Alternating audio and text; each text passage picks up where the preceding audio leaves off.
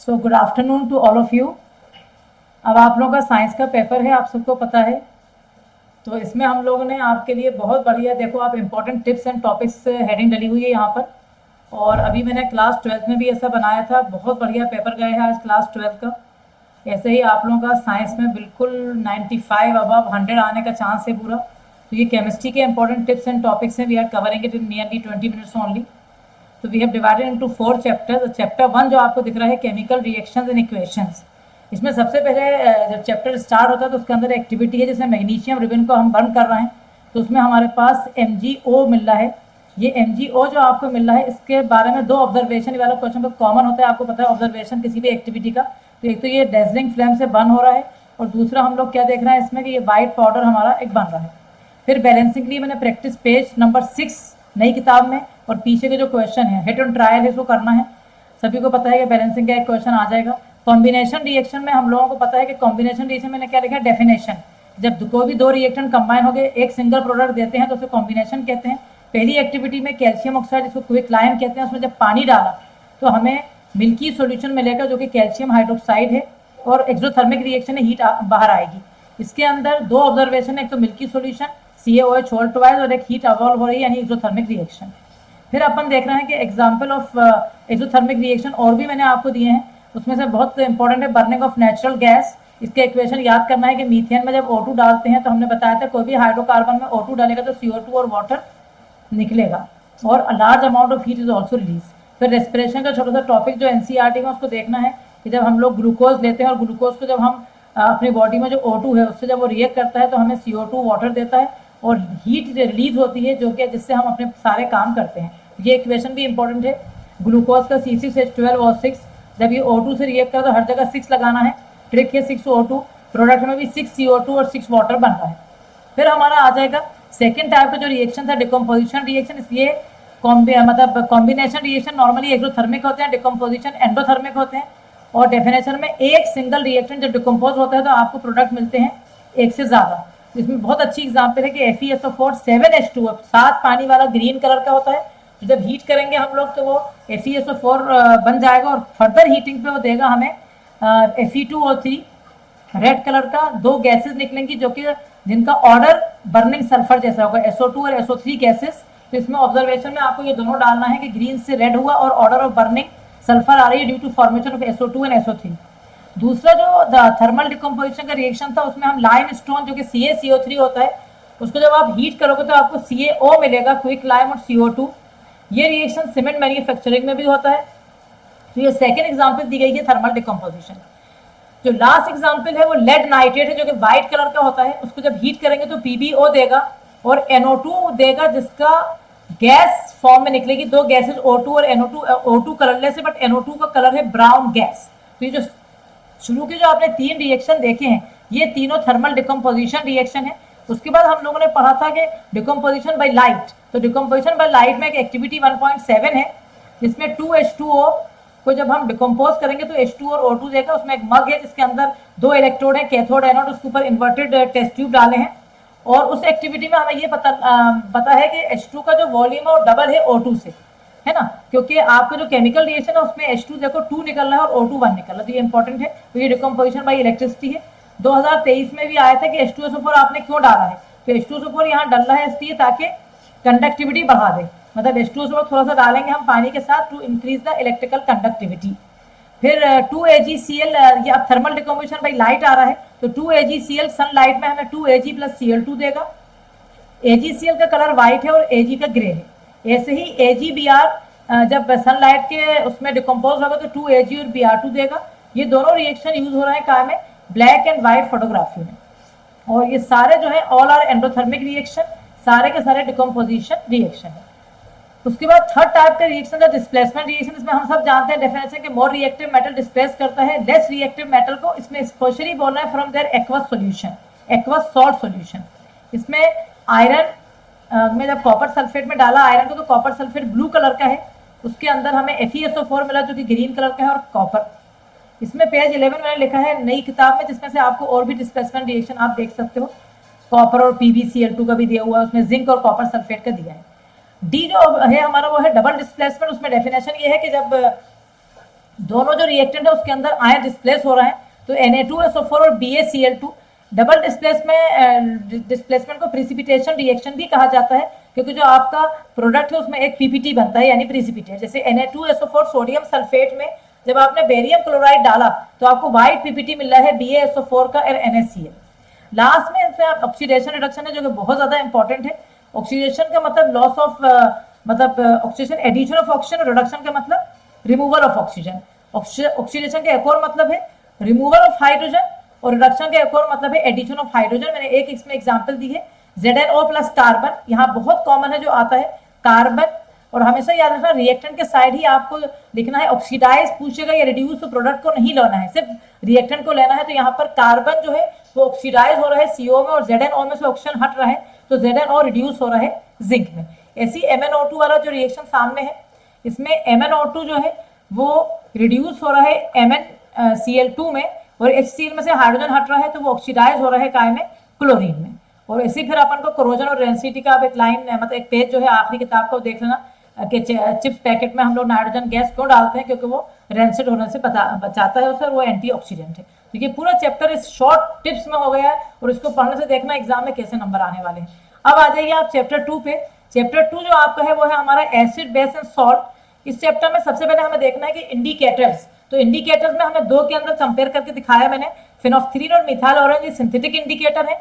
और अगर आपसे नेचुरल इंडिकेटर पूछ रहे हैं तो आपको पता है कि आपका हल्दी, जो कि सब जानते हैं कि बहुत ही अच्छा, अपना चुकंदर, ये सब जो है हमारे बहुत ही अच्छे इंडिकेटर्स हैं जो कि नेचुरल इंडिकेटर हैं। फिनोफ्थलीन एसिड सॉल्यूशन में कलरलेस होता है और बेस में पिंक होता है, और मिथाइल ऑरेंज एसिड में रेड या पिंक होता है और बेस में येलो होता है। फिर ऑल्फैक्टरी इंडिकेटर के बारे में मालूम होना चाहिए कि ये वो इंडिकेटर है जिनका मतलब ऑर्डर जो है वो चेंज होता है एसिड या बेस में। ये तीनों याद करना है आपको, एक तो वेनिला है आपका, एक अनियन है, एक आपका क्या है, क्लव। ये तीनों आपको याद रखना है कि ये तीनों आपके जो है वो आपके मतलब ऑल्फैक्टरी इंडिकेटर्स हैं।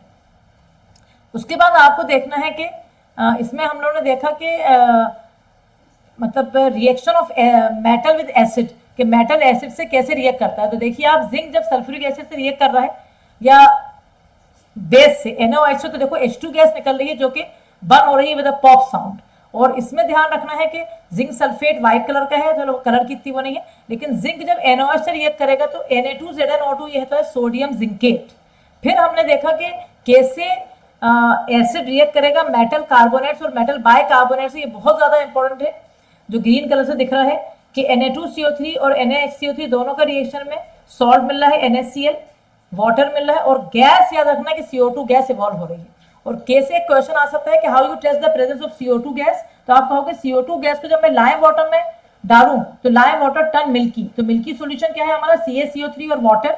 और अगर उसमें हम CO2 एक्सेस में डाल रहे हैं तो CaCO3, देखो लास्ट इक्वेशन में CaCO3 और वाटर, ये दोनों में जब CO2 आप एक्सेस में डाल रहा हो तो वो सोल्यूबल हो जाएगा due to formation of calcium bicarbonate. तो this is the reaction of acid with carbonate and bicarbonate. Last में जो था एक एक्टिविटी थी 2.6 नई किताब में, जिसमें हम बता रहे हैं वो कि एसिड और बेस आपस में कैसे रिएक्ट करते हैं। तो एसिड और बेस आपस में जब रिएक्ट करते हैं तो सॉल्ट और वाटर देते हैं और इस रिएक्शन को कहा जाता है neutralisation reaction.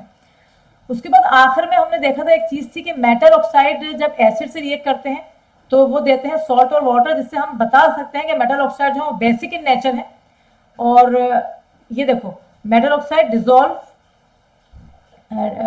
Metal oxide are basic in nature क्योंकि वो डिजोल्व हो रहा है एसिड में, और non metallic oxide are acidic है। आप कहोगे मैडम एग्जांपल क्यों नहीं बता रही, क्योंकि अपन ने ऊपर दी हुई है कि CO2 और कैल्शियम हाइड्रोक्साइड, जो थर्ड इक्वेशन दिख रहा है ग्रीन वाला, उसमें हम बता रहे हैं कि नॉन मेटल ऑक्साइड जब बेस से रिएक्ट करते हैं तो वो सॉल्ट और वाटर देते हैं, जिसका मतलब है कि non metal oxides are acidic in nature. फिर एक्टिविटी 2.9 में अपन को बहुत अच्छी चीज बता रहे थे कि एक सॉल्ट है NaCl, उसमें जब सल्फ्यूरिक एसिड डाला, एक टेस्ट ट्यूब में हमने सॉल्ट लिया NaCl और सल्फ्यूरिक एसिड डाला तो गैस निकल रही है। वो गैस क्या है, HCl हाइड्रोजन क्लोराइड गैस, जो कि कलरलेस गैस होती है और वो ब्लू लिटमस वेट को मतलब रेड करती है लेकिन ड्राई को नहीं करती, जिससे हमें समझ में आ रहा है कि एसिड पानी के अंदर H पॉजिटिव देता है और बेस भी पानी के अंदर OH नेगेटिव देता है। इसके दो इक्वेशन नीचे डले हुए हैं। HCl पानी में हमें H3O पॉजिटिव दे रहा है, जिसको H पॉजिटिव भी लिख सकते हो, हाइड्रोनियम आयन, और Cl नेगेटिव। और ऐसे ही देखो आप NaOH पानी में आपको Na पॉजिटिव और OH नेगेटिव देगा, जिससे हमें समझ में आ रहा है कि ये सारे न्यूट्रलाइजेशन रिएक्शन का कॉन्सेप्ट भी समझ गए हम, और एसिड और बेस पानी में H और OH आयन देते हैं। फिर डाइल्यूशन ऑफ एसिड और बेस पे एक पेज 24 पे दिया हुआ है, जिसके अंदर है कि जब एसिड को आप डाइल्यूट करोगे या बेस को, तो उसमें पहले हम लोग पानी लेंगे और पानी में हम थोड़ा थोड़ा एसिड डालेंगे स्टिर करते हुए। अगर ये उल्टा करेंगे तो एक्सप्लोजन हो जाएगा और जो गिलास का कंटेनर है वो ब्रेक हो जाएगा और रिएक्शन हाईली एक्सोथर्मिक हो जाएगा। फिर पेज 24 के लास्ट 3 लाइन में ये है कि जब हम डाइल्यूशन एसिड का करते हैं या बेस का, तो जो H पॉजिटिव आयन का जो कॉन्सेंट्रेशन है पर यूनिट वॉल्यूम डिक्रीज होता है, ये इंपॉर्टेंट है। फिर पीएच ऑफ इट्स इंपॉर्टेंस में आपको पीएच का रेंज पता होना चाहिए। 7 न्यूट्रल है, 7 से कम एसिडिक है, जितना कम होगा पीएच उतना स्ट्रॉन्ग एसिड, जितना ज्यादा होगा पीएच उतना स्ट्रॉन्ग बेस। और बॉडी जो वर्क कर रही है हमारी, इंपॉर्टेंट है ये पीएच रेंज उसकी याद रखना 7 to 7.8, और एसिड रेन का पीएच लेस देन 5.6 और टूथ डिके का पीएच लेस देन 5.5। इसमें कंफ्यूजन हो सकता है क्योंकि छोटे छोटे डिफरेंसेस हैं ये। फिर एंटी एसिड में डाइजेस्टिव सिस्टम का जो पीएच का इंपॉर्टेंस बहुत अच्छी तरह देखना है और टूथ डिके का बहुत अच्छी तरह देखना है। इसमें 2 चीजें मैंने मेंशन करी है कि डाइजेस्टिव सिस्टम में पीएच का रोल ये है कि अगर पीएच हमारी ज्यादा हो गई है, हाइड्रोक्लोरिक एसिड ज्यादा रिलीज हो रहा है स्टमक में, तो हमें एसिडिटी हो जाएगी। उसको लीव करने के लिए हमें एंटी एसिड लेना है जो कि मिल्क ऑफ मैग्नीशिया है, that is MgOH whole twice. और टूथ डिके होता है जब पीएच का, माउथ का पीएच जो है 5.5 कम से कम हो जाता है, अपन चॉकलेट खा के ब्रश नहीं करते हैं। तो जो टूथ डिके है ये हार्डेस्ट सब्सटेंसेस का इसका फॉर्मूला है। नई किताब में कैल्शियम, मतलब नाम है कैल्शियम हाइड्रोक्सी एपेटाइट या फिर कैल्शियम फॉस्फेट भी आप कह सकते हो। और कैसे हम प्रिवेंट करेंगे? बाय ब्रशिंग आवर टीथ, या फिर हम टूथपेस्ट ऐसा लेंगे जो कि माइल्ड बेस उसमें हो। उसके बाद आप देख रहे हो आखिर के जो ये टॉपिक्स है बहुत ज्यादा इंपॉर्टेंट, 100% इसमें से क्वेश्चन आते हैं, लिखा वेरी वेरी इंपॉर्टेंट। उसमें सबसे पहले है मतलब NaOH को कैसे मैन्युफैक्चर करोगे। प्रोसेस का नाम क्लोर अल्कली प्रोसेस है, जिसके अंदर हम ब्राइन सॉल्यूशन लेते हैं जो कि NaCl का सॉल्यूशन है डाइल्यूट पानी के अंदर। इसमें बैलेंसिंग में 2 लगेगा, Cl2H2 में बैलेंसिंग नहीं होगी। इलेक्ट्रिसिटी जब पास करोगे ब्राइन सॉल्यूशन में तो NaOH नियर द कैथोड बनेगा, क्लोरीन गैस एनोड पे अवेलेबल होगी और H2 गैस कैथोड पर होगी। क्लोर अल्कली इसलिए कह रहा है क्योंकि एक प्रोडक्ट क्लोरीन और एक प्रोडक्ट अल्कली है। फिर इसके यूजेस फिगर 2.8 नई किताब में जहां है या पुरानी में 2.8 में आपको इसके यूजेस देखना है। फिर दूसरा कंपाउंड आपका है कैल्शियम ऑक्सीक्लोराइड, जिसको ब्लीचिंग पाउडर कहते हैं, BP यानी ब्लीचिंग पाउडर। इसको कैसे बनाते हैं? Slaked lime, CaOH whole twice slaked lime, उसमें जब क्लोरीन डालोगे तो CaOCl2 ब्लीचिंग पाउडर और वाटर निकलेगा। ब्लीचिंग पाउडर के 2-3 यूज याद कर लो। ऑक्सीडाइजिंग एजेंट है OA, ड्रिंकिंग वाटर को जर्म से फ्री करता है और ब्लीच करता है कॉटन को, लिनन को, सबको। उसके बाद जो नेक्स्ट कंपाउंड था उसमें हमने बेकिंग सोडा बनाया था, जिसमें हमने 4 रिएक्टेंट लिए थे, नमक, NaCl, पानी, CO2 गैस और अमोनिया गैस। इन चारों को जब मिक्स करोगे तो अमोनियम क्लोराइड और NaHCO3 बनेगा। NaHCO3 जो दिख रहा है सोडियम बाइकार्बोनेट या सोडियम हाइड्रोजन कार्बोनेट, ये क्या होता है? इसे कहते हैं हम लोग बेकिंग सोडा। और फिर ये सेकेंड इक्वेशन भी बहुत इंपॉर्टेंट है ये वाला, कि बेकिंग सोडा को जब आप हीट करोगे तो इफेक्ट ऑफ हीट क्या होगा? वो Na2CO3 देगा और CO2 गैस निकलेगी, जो कि इडली में या ढोकले में अपन डालते हैं तो वो between the layers CO2 gas आ जाती है और उसको फ्लफी और अच्छा कर देती है, सॉफ्ट, जिसे हम खा सकते हैं। फिर बेकिंग पाउडर, उसके यूजेस में बेकिंग सोडा का एक बेकिंग पाउडर बहुत बढ़िया यूज है। और बेकिंग पाउडर और बेकिंग सोडा में डिफरेंस क्या है बेटा? क्योंकि बेकिंग पाउडर में NaHCO3 होता है, साथ में एक एडिबल एसिड होता है जैसे टार्टरिक एसिड या कोई से भी एडिबल एसिड, ताकि उसका जो बिटर टेस्ट होता है वो खत्म करने के लिए डालते हैं, क्योंकि अपन उसको डालते हैं केक्स में या बेकरी आइटम्स में, तो बिटर टेस्ट से वो खराब लगेगा। तीसरा हमारा था वॉशिंग सोडा। वॉशिंग सोडा बहुत आसान है, Na2CO3.10H2O, 10 वाटर ऑफ क्रिस्टलाइजेशन है। इसमें हम Na2CO3 में जब 10H2O डालेंगे तो हमें वॉशिंग सोडा मिल जाएगा। फिर हमने 2 और सॉल्ट आपको लिख दिए हैं जिसके अंदर वाटर ऑफ क्रिस्टलाइजेशन है, एक तो CuSO4.5H2O और एक CaSO4.2H2O, और एक्टिविटी 2.15 एक दफा आप लोग को देखना है। फिर प्लास्टर ऑफ पेरिस POP, जब हम जिप्सम CaSO4.2H2O को जिप्सम कहते हैं, जिप्सम को जब हीट करेंगे 373 केल्विन पे, तो आप देखो CaSO4.5H2O दिख रहा है आपको यहाँ पर। इसमें एक क्वेश्चन दिया हुआ है कि what does half molecule of water signify. तो उसका मतलब ये है कि 2 molecule of calcium sulphate share 1 molecule of water. तो इसका फॉर्मूला POP का दोनों सही है, CaSO4.5H2O या CaSO4 होल ट्वाइस .H2O। फिर हीट करेंगे जब ये जिप्सम में, सॉरी, जब अपन CaSO4.5H2O प्लस वाटर भी डलेगा उसमें, plus CaSO4 plus half H2O लिखा हुआ है ये, प्लस 1.5 वाटर डालोगे तो CaSO4.2H2O आ जाएगा, ये आपका जिप्सम बन जाएगा। और यूजेस में आप डेकोरेशन में, प्लास्टर्स में, टूथ फिलिंग में, ये सब इसके यूजेस हैं। तो 2 चैप्टर हमें बढ़िया हो गए हैं। तुम पूरा जब पढ़ लोगे मेरे नोट्स से, डीएससी के जो नोट्स बढ़िया दिए गए हैं, एनसीईआरटी पूरा नोट्स में अपने हैं, उसके बाद आप जब ये रिवीजन कर लोगे तो आप देखना perfect full 25 out of 25 chemistry में आने वाले हैं। अब चैप्टर 3 आ रहा है हमारा मेटल्स एंड नॉन मेटल, आधा कोर्स हो गया, अब तीसरा चैप्टर आ गया। शुरू में properties, physical properties of metals की सारी जो होती है ना, मेलिएबल, डक्टाइल, सोनोरस, ये सब तो आप आज इजीली फटाफट देख लोगे। फिर इसमें कुछ एक्सेप्शनल जो पॉइंट्स है कि मर्क्यूरी लिक्विड होता है, गैलियम और सीजियम का बहुत ही लो मेल्टिंग पॉइंट होता है कि वो अपने पाम में जो है मेल्ट हो जाते हैं। आयोडीन एक नॉन मेटल है बट लस्ट्रस है, नॉर्मली मेटल लस्ट्रस होते हैं। कार्बन जो कि नॉन मेटल है वो डिफरेंट फॉर्म्स में रहता है, जैसे अपन एलोट्रॉप्स ऑफ कार्बन कहते हैं, जो कि दो फॉर्म आपको याद रखना है, डायमंड एंड ग्रेफाइट। फिर अल्कली मेटल्स के बारे में आपको याद रखना है, लिथियम, सोडियम और पोटेशियम, इन तीनों का डेंसिटी लो है और मेल्टिंग पॉइंट भी लो है, और ये सॉफ्ट है और ये नाइफ से कट भी जाते हैं।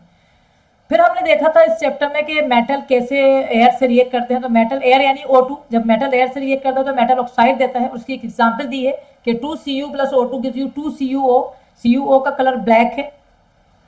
और कुछ मेटल ऑक्साइड एम्फोटेरिक होते हैं, जैसे कि Al2O3, उसका बहुत इंपॉर्टेंट है कि आपको याद रखना है दोनों रिएक्शन, एक वो HCl से रिएक्ट कर रहा है तो उसमें आपका AlCl3 और वाटर बन रहा है, मतलब मेटल ऑक्साइड एसिड से रिएक्ट कर रहा है तो यहाँ पर Al2O3 बेसिक नेचर दिखा रहा है, और दूसरे में Al2O3 NaOH से रिएक्ट कर रहा है तो NaAlO2 sodium aluminate, remember NaAlO2 is sodium aluminate plus water निकल रहा है, तो ये एम्फोटेरिक नेचर बता रहा है। फिर नॉर्मली मेटल ऑक्साइड पानी में इनसोल्यूबल होते हैं, लेकिन कुछ मेटल ऑक्साइड पानी में सोल्यूबल जो होते हैं उनको अल्कली कहा जाता है। जैसे कि आप एग्जांपल याद कर सकते हैं Na2O और K2O, जब ये पानी से रिएक्ट करेंगे तो NaOH और KOH देंगे जो कि सोल्यूबल बेसिस हैं। और सोडियम और पोटेशियम हाईली रिएक्टिव है, उनको हम केरोसिन ऑयल में रखते हैं, इमर्स करके रखते हैं उनमें, वरना वो अगर अपन हम हवा में खुला रहने देंगे या पानी में चले जाएंगे तो हाईली एक्सप्लोसिव हो जाएगा और वो कैच करेंगे फायर। दूसरा जो टॉपिक है इसमें कि मेटल पानी से कैसे रिएक्ट करते हैं, तो ध्यान रखिए कि मेटल जब पानी से रिएक्ट करता है तो पहले मेटल ऑक्साइड बनता है और H2 gas, remember the gases, और फिर मेटल ऑक्साइड में जब फर्दर वाटर डालोगे तो मेटल हाइड्रोक्साइड बनेगा।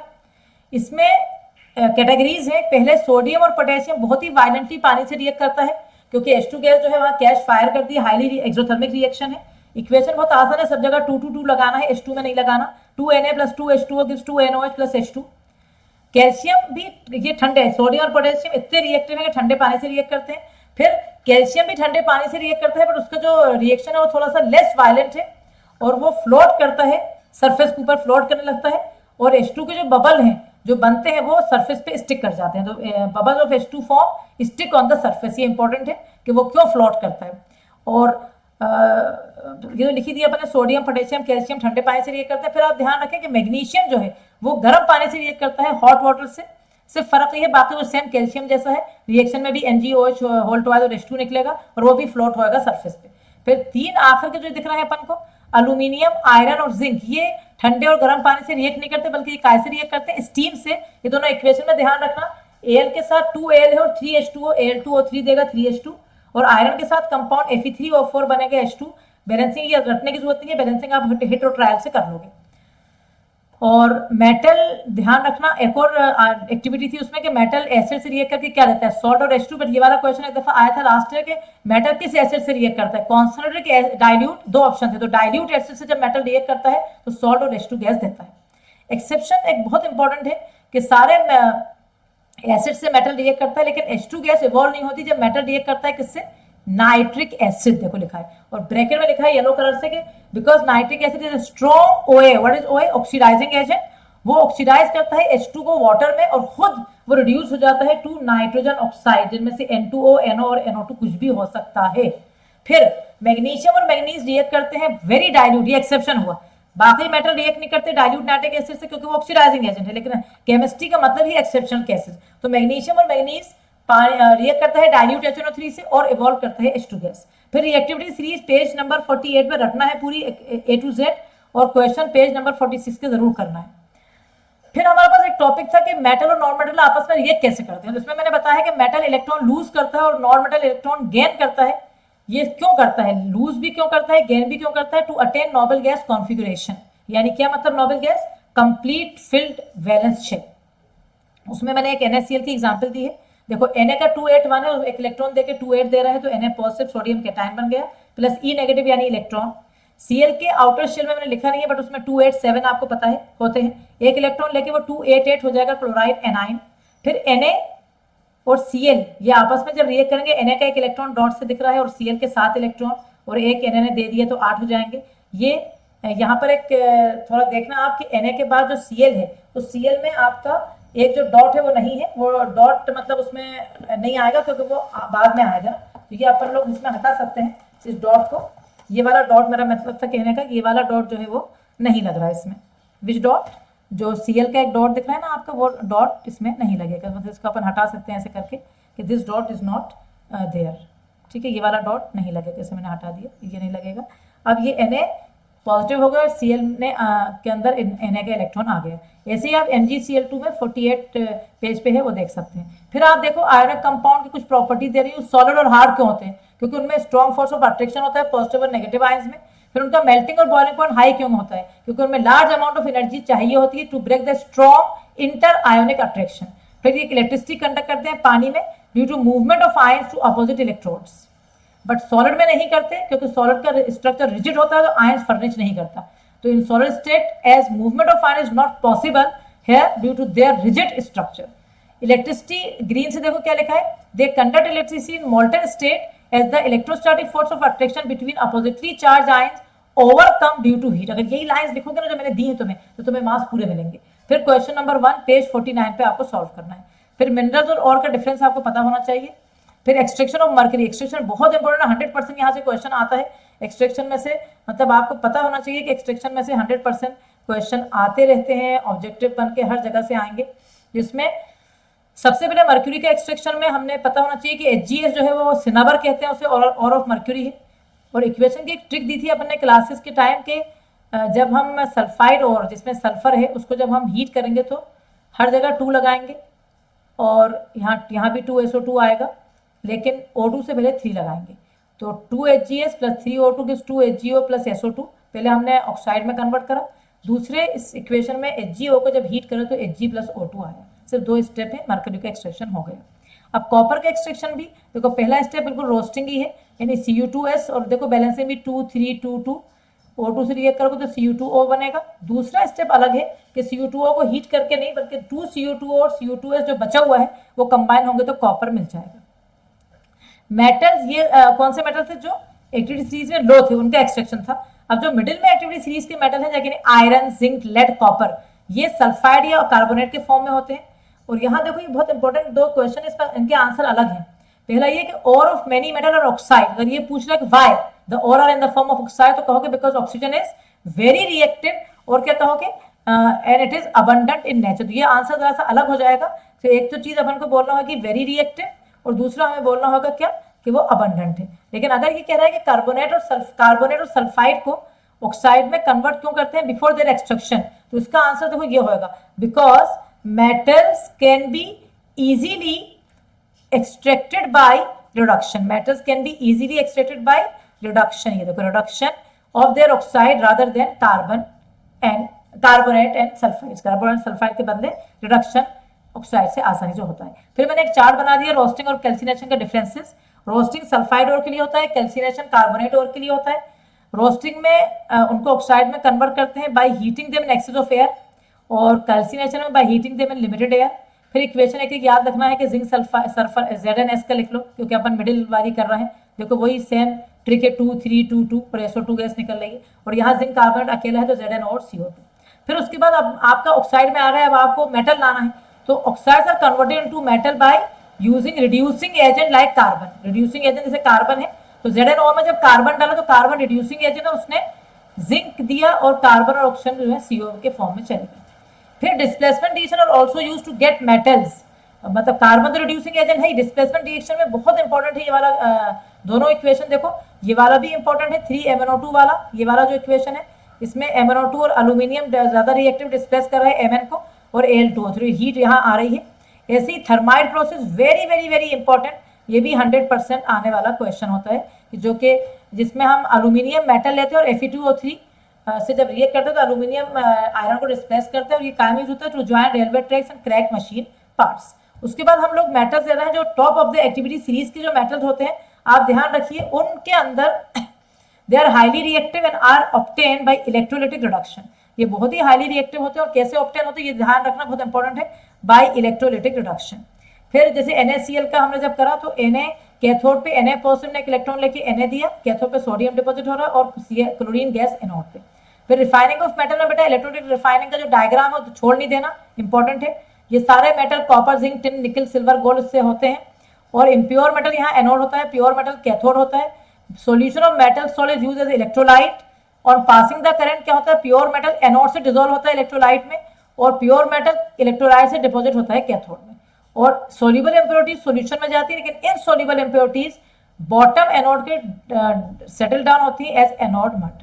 बस फिर प्रिवेंशन ऑफ कोरोजन आएगा पेज 54 पे, अपन को पता है कैसे करते हैं। फिर pure iron is very soft, उसमें 0.05% कार्बन डालते हैं ताकि उसको स्ट्रॉन्ग कर दें। फिर ये ध्यान रखना आयरन, निकल और क्रोमियम तीनों स्टेनलेस स्टील होते हैं जो कि रस्ट नहीं होता, और अगर एक मेटल और में मर्क्यूरी है तो उसे अमलगम कहेंगे। और ब्रास, कॉपर और जिंक होता है, ब्रॉन्ज, कॉपर और टिन होता है, सोल्डर, लेड और टिन होता है। और इन सब का लो मेल्टिंग पॉइंट से यूज होते हैं काय में, welding electrical wires together. Solder is use for welding electrical wires together क्योंकि उसका मेल्टिंग पॉइंट लो होता है। लास्ट चैप्टर कार्बन कंपाउंड, पहले इसमें why carbon can not lose और गेन इलेक्ट्रॉन, का आंसर आपको पेज 59 पे मिलेगा। उसके बाद आप ये इलेक्ट्रॉन डॉट स्ट्रक्चर बनाएंगे, ये सब बनाए हुए थे पहले से कॉपी में। फिर पेज 68 में बहुत ही इंपॉर्टेंट पूरा पेज पढ़ना है कि उसमें आप पूछ रहे हैं कि कार्बन के सारे कंपाउंड क्यों बनाता है, क्योंकि उसमें कैटिनेशन की प्रॉपर्टी होती है, सेल्फ लिंकिंग प्रॉपर्टी, और वो स्ट्रॉन्ग बॉन्ड्स बनाता है। क्यों बनाता है, क्योंकि उसका साइज छोटा होता है। फिर सैचुरेटेड अनसैचुरेटेड कार्बन कंपाउंड में differences, general formula saturated CnH2n+2 को अल्केन्स कहते हैं, CnH2n का अल्कीन कहते हैं, या CnH2n-2 को अल्काइन कहते हैं। ये सैचुरेटेड हाइड्रोकार्बन बन होते हैं क्लीन फ्लेम से और अनसैचुरेटेड येलो फ्लेम से। अल्कीन में डबल बॉन्ड होता है, अल्काइन में ट्रिपल बॉन्ड। फिर ये मिथ, इथ, प्रोप, ब्यूट, ये सब आता होगा, सबको देख लिया, सबके फॉर्मुलाज लिखे। फिर स्ट्रक्चरल आइसोमर बहुत इंपॉर्टेंट है, बहुत चीज होती है जिनका मतलब फॉर्मूला सेम होता है पर स्ट्रक्चर अलग होता है। उसमें आप ब्यूटेन की दोनों एग्जाम्पल देखिए कितने इंपॉर्टेंट है, एक में 4 है, एक में 3 में से ब्रांच निकली। और फिर पेंटेन के तीनों स्ट्रक्चर राइट हैंड पे बने हैं ये वाले, इसके अंदर पहले 5 कार्बन वाला, फिर 4 कार्बन एक ब्रांच निकाली, फिर 3 कार्बन और बीच में से हमने 2 ब्रांच निकाल दी। उसके बाद आप साइक्लोहेक्सेन के स्ट्रक्चर देखिए जिसमें 6 कार्बन है, हर कार्बन का उसका फॉर्मूला C6H12 और बेंजीन का C6H6। फिर very very important function group आ रहा है, Cl और Br को क्लोरो कहते हैं या ब्रोमो, और उसको लिखते हैं क्लोरो अल्केन। एक साथ में एग्जांपल देखो CH3 CH2 Cl chloroethane, carbon गिनोगे और कह दोगे। अल्कोहल का OH अल्केनॉल पढ़ते हैं, जैसे प्रोपेनॉल दिया है। एल्डिहाइड का अल्केनल इथेनॉल पढ़ते हैं, या जो भी है कार्बन। कीटोन का अल्केनॉल, कार्बोक्सिलिक एसिड का अल्केनोइक एसिड। फिर होमोलोगस सीरीज पे आ गए, ये आपस में इनका फॉर्मूला सेम होता है, केमिकल प्रॉपर्टी सेम होती है पर फिजिकल प्रॉपर्टी अलग होती है। ये डिफर करते हैं by CH2 unit consecutive member और बाय 14U। फिर क्वेश्चन पेज 68 और 69 के छोड़ना नहीं है, सॉल्व करना है। फिर आएंगे रिएक्शन कंबशन को, के अंदर हाइड्रोकार्बन में जब O2 डालेंगे CH4 में 2O2 तो CO2 वाटर और हीट होएगा। और इथेनॉल का भी ये वाला रिएक्शन बहुत इंपॉर्टेंट है कि जब इथेनॉल में कंबशन करोगे तो क्या देगा वो आपको देगा CO2 वाटर और हीट। फिर ऑक्सीडेशन में लर्न एक्टिविटी 4.5।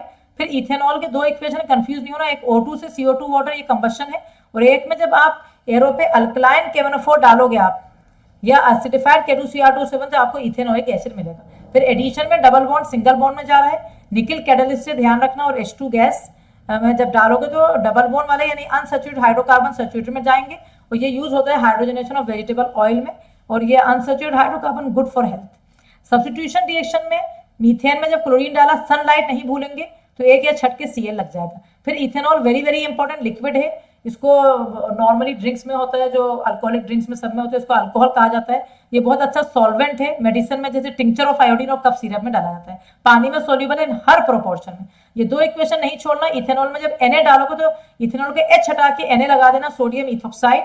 और इथेनॉल में जब सल्फ्यूरिक एसिड कंसर्न डालोगे तो इथीन और वाटर निकलेगा, और सल्फ्यूरिक एसिड का यहाँ काम है डिहाइड्रेटिंग एजेंट। फिर इथेनोइक एसिड को एसिडिक एसिड कहते हैं कॉमन में, और 5 to 8% सोल्यूशन इसका विनेगर कहा जाता है, प्रिजर्वेटिव होता है पिकल का, और इसका मेल्टिंग पॉइंट 290 केल्विन होता है यानी 20 डिग्री सेल्सियस, इसलिए फ्रीज हो जाता है विंटर में। इस चीज को ग्लेशियर एसिडिक एसिड कहते हैं। और ये कार्बोक्सिलिक एसिड यानी इथेनोइक एसिड वीक होता है क्योंकि पार्शियली आयोनाइज होता है, और मिनरल एसिड कंप्लीटली आयोनाइज होता है, सी वो स्ट्रॉन्ग होता है। एसिडिफिकेशन रिएक्शन बहुत बहुत इंपॉर्टेंट है, वेरी वेरी इंपॉर्टेंट है ये। इसके अंदर भी 100% क्वेश्चन आएगा कि ईस्टर कैसे बनता है। इसमें भी आपको याद रखना है कि जब एसिड और अल्कोहल मिलते हैं, और एसिड कैटलिस्ट है, यहाँ एसिड काम कर रहा है डिहाइड्रेटिंग एजेंट का। इथेनॉल एसिड CH3COH में इथेनॉल डाला तो आप एसिड का क्या करोगे, एसिड का आप H हटा देना। आप एसिड का जब H हटा दोगे ना तो आपको याद हो जाएगा, एसिड का H हटाएंगे आप और इथेनॉल में से आप OH हटाएंगे तो CH3COO आप याद कर लो, ईस्टर है, ये स्वीट स्मेलिंग है और परफ्यूम और फ्लेवरिंग एजेंट में यूज होता है।